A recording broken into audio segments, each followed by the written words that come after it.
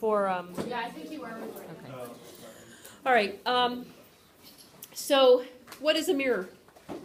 Reflection. It's a reflection. So the trick with this listening technique called mirroring is that you are going to reflect back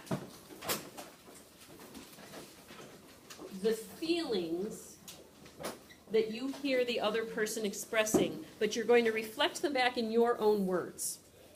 So can you think of something that I said in the course of this conversation that was me reflecting feelings? Mackenzie? Are you in a good place? Well, and that was more of a question, but yes, it sounded to me like you were in a good place. So I say to you, so you're in a good place. And what do you have the opportunity to do then? To say, yes, I am in a good place, or no, I'm not, and then give some further explanation. Does that make sense? Did anybody hear any other points where I reflected back feelings? Yep. Well, Hope said like that she was like in the present, and then you kind of like repeated it. You were like, so you're living in the present right now, and like everything's all good with that. Yes. Okay. Exactly. So now there's a difference between mirroring and mimicking. Mimicking is being a parrot and exactly repeating back what the person just said. Mimicking is annoying and not useful. So you have to be careful that you're not mimicking, but that you are mirroring. Mirroring is not a repeating back of the words. It's a repeating back of the feelings, and the feelings stated in your own words. And what mirroring is a check for understanding.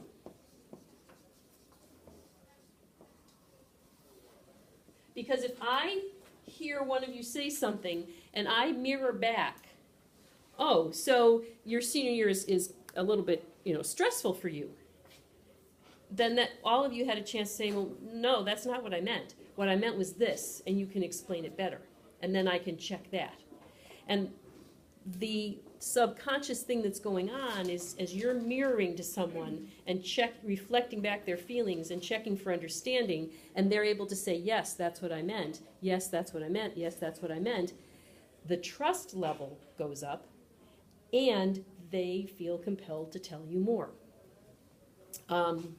Father Moran, do any of you know Father Moran from St. Thomas the Apostle? He is the champion at this listening style. And almost every conversation I've had with Father Moran, I've ended up telling him way more than I had ever intended to share.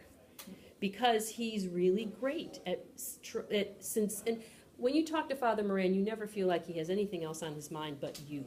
So that's another really important thing, that your body language is telling the other person that you're interested. I should have said that first. Body language is hugely important, both to read it and to convey it. So, for example, if and this is a really good technique to use later too in your life when you're on like first dates and things, and you like the person and you want to make a connection, you can use this body language stuff very clearly. So, may I please have a couple volunteers? All right, so Allie, I want you to sit here. And Natalie, can you come and sit across from her?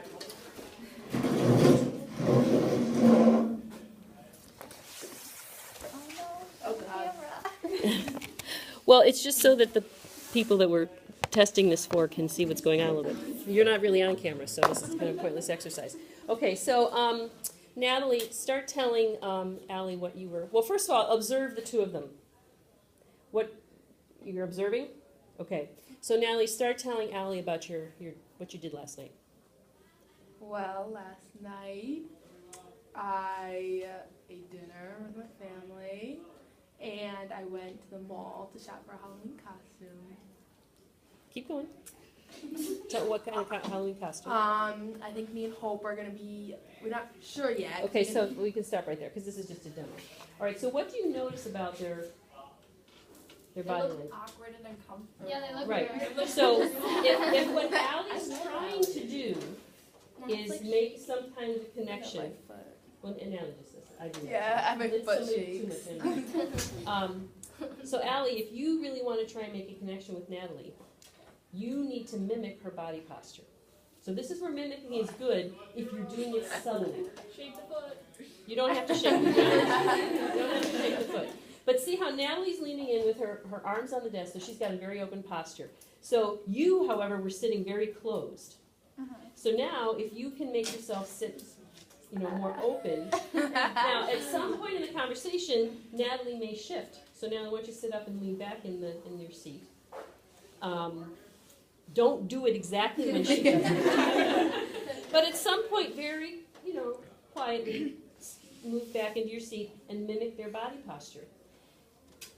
Studies have shown that this is, that's fine.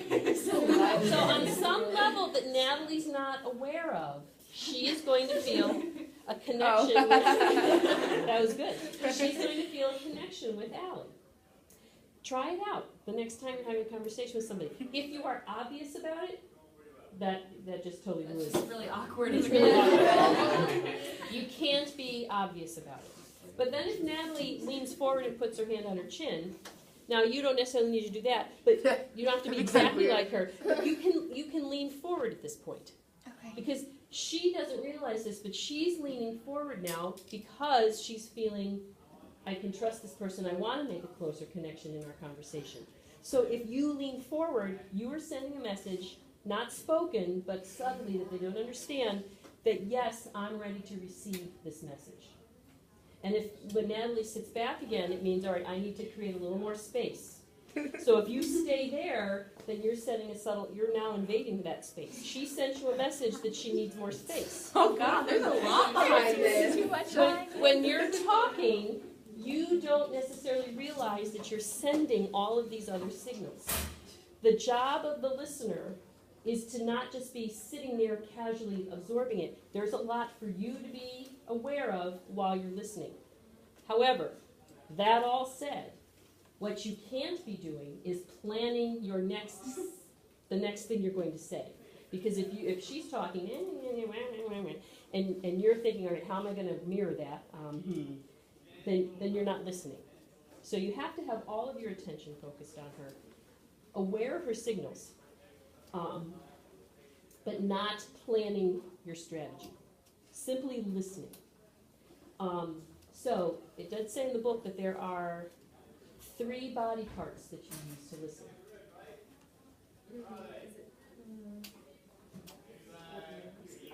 Your eyes, your ears, not your arms.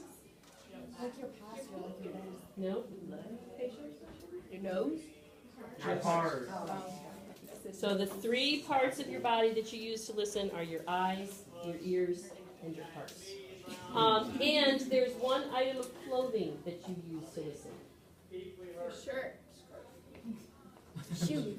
Yes. What kind of shoes? Whose shoes? Their shoes. The other person's shoes. What? The other person's shoes. Putting yourself in another person's shoes. Has everybody heard that expression before? No. Make sure you guys know those things, because those are favorite questions of mine on the Big Whopper 7 Habits test. What are the 3 parts of the body that you need to use to listen, and what is the item of clothing that the other person needs? Okay, I do have an example of mirroring that an ACT student sent to me years ago, and I kept it. Are we dismissed? Yes, you're dismissed. Thank you. Thank you for being willing. This person, this is going to be one really weird video for whoever watches it. Backwards? I don't know. Yes. I'm about to tell you something really interesting. Okay. So this tells you how long ago this was. This is some old technology called IMing, which you had to do on a computer. Nobody had cell phones back then. You did this IMing on a computer. So one day one of the ACTS kids came in to me and said, "Mrs. Gillespie, I was practicing mirroring with my friend." So here are the people involved here. Boyfriend is not give me a name. I did not. Well, give me a girl's name. Jen? Edna? Okay. So Edna was the ACTS student who came in and showed this to me. So the me is Edna. The boyfriend is not Edna's boyfriend. He's a friend who's a boy who's talking to Edna about his girlfriend. So, He's a boy He's a boy that is a friend. He's space friend. So a Does she friend like boy. this boyfriend? So a and friend I didn't boy. mean to highlight that. No, they are sincerely just friends. But he wants Um, advice. But he wants advice. So I need someone to read the part of boyfriend. Okay. I'll be Edna. I'll be Edna. And you can be Edna. All right, go ahead, boyfriend. I need advice. Hey, what's going on? I just started realizing over the past week that me and my Well, girlfriend haven't talked in 3 days. Like we've talked, but not for real. What do you mean, not for real? Just saying, hey, what's up? Nothing much, type of thing? Yeah, because the other night we had a fight, I guess. I'm sorry. Do you want me to talk about it? No. Oh. Do you want to talk Well, about it? and the reason I corrected you, Charles, is because that's an important distinction. Yeah, that sounds Okay. rude. Yep. I don't know, I'm really weird sometimes because I get sad for no reason. I couldn't sleep, so I called her. We were talking and everything was fine. I told her that I didn't feel good and she was like, well, what do you want me to do about it? All sarcastically. You keep going. And then she like flipped out on me and asked me why she should care, how I'm never there for her, blah blah blah. But I really try to be. I leave my AM on all night if she needs me and all this stuff. Dang. I'm there most of the time, but sometimes I make mistakes. So you're saying that she just flipped out over nothing? Yeah, but it gets worse. I got so upset that I started crying, and she basically yelled at me for crying. We both got really upset and said some things we didn't mean. But I started thinking, and I never yelled at her like that. It's like she does it purposely and she doesn't care. You don't think she cares about you? I know she does, it just doesn't seem like it. Do you think that maybe she's frustrated because she's all the way at college and can't really help you? Okay. So, and then she didn't give me the whole conversation, but there you go. So this is really an excellent real-life example of mirroring. This was a real conversation. Yeah, what happened? At college. What happened at the end? She didn't give me the rest of it. She just gave me this snippet. This was You need to contact Edna. We had to find out what happened. Find out what happened. Can we like write? Wait, on the boyfriend. Okay, at this point, I think Edna's in her early 30s and probably isn't worried about Alternate ending? it. Okay, where did you see Edna mirroring? Or what good listening techniques did you see here that Edna was doing? Matt? You want to talk about it? Right. So what was good about that, Matt? She didn't like directly offer her own advice, Mhm. and just kind of let the other person talk. And it was an invitation. Could boyfriend have said, no, I don't want to talk about it? Yes. And as a good listener, what should Edna have done? Okay. And perhaps asked another question about something completely unrelated. Have you ever been in an experience where somebody's upset? They don't want to talk about it. So you talk about something else. And 5 or 10 minutes later, they bring the conversation back to what it was that's bothering them. That 10 minutes of you respecting their, I don't want to talk about it, and talking about something else, what has that done for them? Made them comfortable. Once they've established that you are willing to honor their boundaries, then they will shift the boundaries. You guys know when you're upset about something and somebody keeps pushing you to talk about it, what bad listening technique is that? Probing. You don't want any part of that. And you're not going to share with someone who's doing it to you. Okay, good. What other good things did Edna do in this example? Anna? She kind of like let him talk. Like there's like a couple messages that are just him, and he just like gets all his feelings out there. And then she asked like, kind of like it's almost like mirroring and saying. So you're saying that she just flipped out over nothing because he said that earlier. He's like that she like flipped out on me, and so it's Well, like mirroring and like listening too. Well, mirroring is listening. So I'm going to just make a slight correction on what you said. She did mirror. And you're right. He goes on and on and on and on. She summarizes the whole thing he said, the feelings he expressed. She didn't repeat all the steps of the process, but she said, so this is what you're feeling. And what was his answer? Something like, yeah, and then he launches off into the next bit of his story. He felt understood. He felt, okay, this person gets it. I'm going to keep going. Sarah? She does it again at the end after that too. He says she purposely, like, she doesn't care, and then she asks the question about caring. Okay. Right, and see, he doesn't just say, yeah, she doesn't care. He is able to say, well, I know she does. You know, he's able to expound a little more. So do you see how this mirroring works? Now, warning. Mirroring is a technique that is often used in therapy. If any of you ever go to therapy, side note, I've been to a lot of therapy. I'm a huge, huge therapy fan. If you need it, get it. It's a very good thing. And sometimes what's good about going to a therapist is that they are very good at mirroring. They're also not emotionally attached to you. They can be objective. And a good therapist does not give you advice. A good therapist creates a sense of trust with you that gets you talking until you have solved your own problem. That's an excellent therapist. That's what you want to look for, too.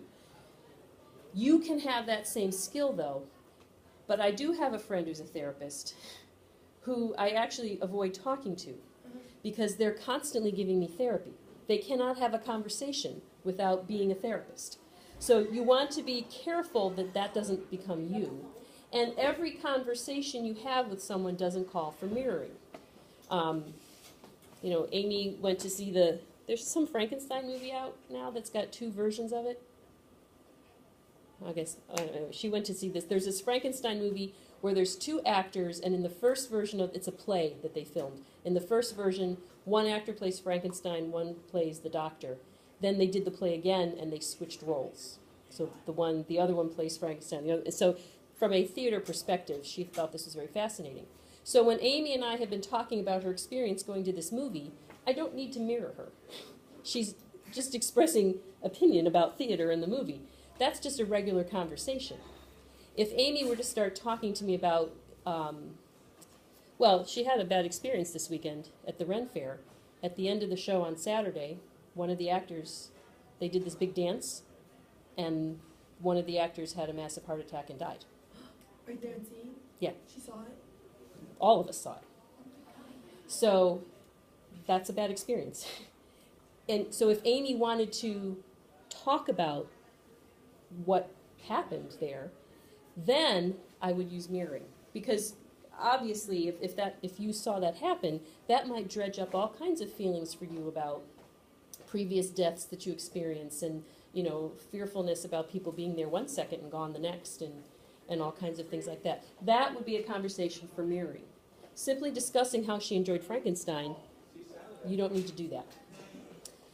You know, if you're sitting in a cafe with your friends and one of your friends says, oh, well, I'm going to go to the bathroom, you don't need to mirror that conversation. And that would be really weird. But if one of your friends said, you know, I didn't sleep all night, I had so much on my mind, that's a conversation that you can mirror. Any questions about this technique? Okay, we will practice it from time to time. We only have 11 minutes, and it's kind of awkward to practice it like after I just talked about it. So I'm going to let it gel a little bit. Yes? I have like a quick question that's off topic. Okay. Like, what are we doing about the skit? Because it's like next Monday. Oh, we're practicing it tomorrow. Oh, Didn't you tell So us who was tomorrow- gonna be in the retreat? Oh, You said you yeah. were gonna tell us who was gonna be on the retreat. Yes, and I couldn't find the paper. So I'll tell you tomorrow. So everybody report to the auditorium tomorrow. Well, and you guys should have it written down. Who wrote down that they were going on the 27th? Wait. So if you... Oh, wait, You didn't get a last time. I have to finish the second retreat before now. No, the people who sign up for the second retreat are going this coming Monday. And the people who signed up for the third retreat are going the 10th. I just don't know who that is off the top of my head, and I couldn't find the piece of paper. I'm going. No, I didn't switch them. So who signed up for the second retreat? Okay, so you guys are going on Monday. And all of us will meet in the auditorium tomorrow to practice the skit. Okay, no more questions about listening? So So let's go to then. Oh, the last thing that's very important. So this is all about seek to understand. The last bit of it is then to be understood. It's nice for you to be a good listener, but you start having a lose-win focus on life if all you ever do is listen to people and you never express your feelings. In order to be win-win, you also have to win, while the other person wins as well. So what you want to do when you're expressing your feelings about something is something called an I statement. And this is how I statements work. I feel blank, in which you name an emotion. When blank, where you name a behavior. And you have to do all of this without using the word you. Because when you use the word you in sharing something with someone, you are now accusing them of something. And when you accuse someone of something, that's like taking shots at them and they have to defend themselves. And so the big wall goes up, the iron shield goes up, the bulletproof glass goes up, and no more communication happens. They're not listening to you anymore. So I feel, name an emotion, when, name a behavior. Caveat here, if you overuse I statements, you also become an annoying person. So you need to use them judiciously, not every time you talk to someone. Yes? What if you're like, I feel happy when you, and then say something like that? You know what? Nobody has ever asked me that question before, but you should do that too. Because in the course of a relationship, isn't it nice to know what you're doing right? Isn't it nice to know that you've done something that's made someone happy? Because then they might do it again to make you happy again. So thank you, Sarah. A very important part of a relationship is to tell the good and the bad. So these work really well for saying good things too. Yes? How do you get across a statement if it was that person's fault? Okay, so years ago, we got a new set of kitchen knives. And at the time, our dishwasher worked. Doesn't now. But at the time, it did. And my husband, Jerry, when he would clean the kitchen, would put these new knives in the dishwasher. I did not want the knives in the dishwasher, because you may not know this, but putting knives in the dishwasher dulls the knives. It's the worst way to treat if it's a nice kitchen knife, you don't want it in the dishwasher. You use it, you wash it, you dry it, you put it in a special knife holder. And he was constantly putting them in the dishwasher. That's problem number one. Problem number two is that when there are knives in the dishwasher, and at the time I had little hands in the house, and little hands go to help empty the dishwasher or even put things in the dishwasher, the knives are not protected there. So I didn't want anybody to get cut, including me. So I kept asking him to not put the knives in the dishwasher, and he kept putting the knives in the dishwasher. All right, so I have two ways to respond to this. One of them is, Jerry, why are you such a jerk? It's a simple thing. Don't put the knives in the dishwasher. Why do you insist on putting the knives in the dishwasher? You are so annoying. It's nice that you clean the kitchen, but why can't you do it this way? I could have said that, which would have gotten me nowhere. In fact, he probably would have continued putting the knives in the dishwasher just to spite me. Or I could do what I actually did, which was to say, Jerry, I feel nervous when there are sharp objects in the dishwasher. I don't want the girls to get hurt. Now, Jerry, being the protective dad, of course, all those feelings rush in about his little girls, and he says, I won't put the knives in the dishwasher again. And he literally went 15 years without putting another knife in the dishwasher. Then I just had to kind of grind it. So do you see how different those two responses are? One got me what I wanted. One would have vented my feelings very effectively, but would not have gotten me what I wanted. Yes? Can you use we? Like, I feel sad when we whatever, or when we don't whatever, or is that the same thing? I don't. This is the second question I've gotten today that no one has ever asked me before. What you want to be careful of is a veiled you statement. So if I had said, Jerry, I feel nervous when you put knives in the dishwasher, that's a you statement. Or Jerry, I feel nervous when someone puts knives in the dishwasher. I didn't imply you at all. I said I was nervous when there were sharp knives in the dishwasher. I never said how they got there. Now, I can see situations, though, where we would be okay because you're including yourself in that. So, like, I feel sad when we fight. I think that would be okay, if that's kind of the example you're thinking of. Yep. What if it's not like that simple and it's more complex? Give me an example. Well, let's try it. Like, I'll just use my own example. So, my friend's birthday's on Friday, and we're getting together for her birthday. And Names, because I know there's going to be more people here, so give them names, Okay. even if they're not real So ones. Kayla is my friend, and it's her birthday on Friday, so we're having a party for her. And Victoria, her friend, Mm-hmm. decided to change all the plans last minute because she didn't want to go see a horror movie. Mm-hmm. But Kayla has to please people. How would you get across to Victoria? So Kayla wants to go see the movie, Yeah. and it's her birthday party. And Victoria is part of the group of friends. Victoria doesn't want to go to the horror movie, so Victoria changed the plan that everybody else wanted. You have to find a win-win situation. Well, yeah, that's true, Sarah, and we haven't gotten to that chapter yet. Oh, I know what you can say. You can use that up there. You can be like, I feel upset when Keela can't have like What she wants. It's her It's- birthday. yeah. Yeah, that's what I said to her. And she got so defensive. She was like, Well, tell me exactly what you said. Well, because it's possible, Charles. God. This is helpful. Yes. You may miss the exciting conclusion to Charles's drama, but We still don't know what happened to that girl up there. I'm going to guess they probably eventually broke up. They could be married. Maybe the boy that was her friend got together with her though. That's true. That's true. I never thought of it as the beginning of a really good story. okay. All right, here we go, Charles. What exactly did you say? All right, so let's listen to Charles's exchange here. Oh, boy. I said, Kayla and I originally planned a dinner and a movie. She really wanted to see a horror movie because she loves horror movies. And it's her birthday falls on Halloween. Mm-hmm. But you voiced it saying, no, that's not fair, I don't want to see it. And then I went in to say, what if... Stephen parts. Okay, but no, Charles already made the first mistake. He said you.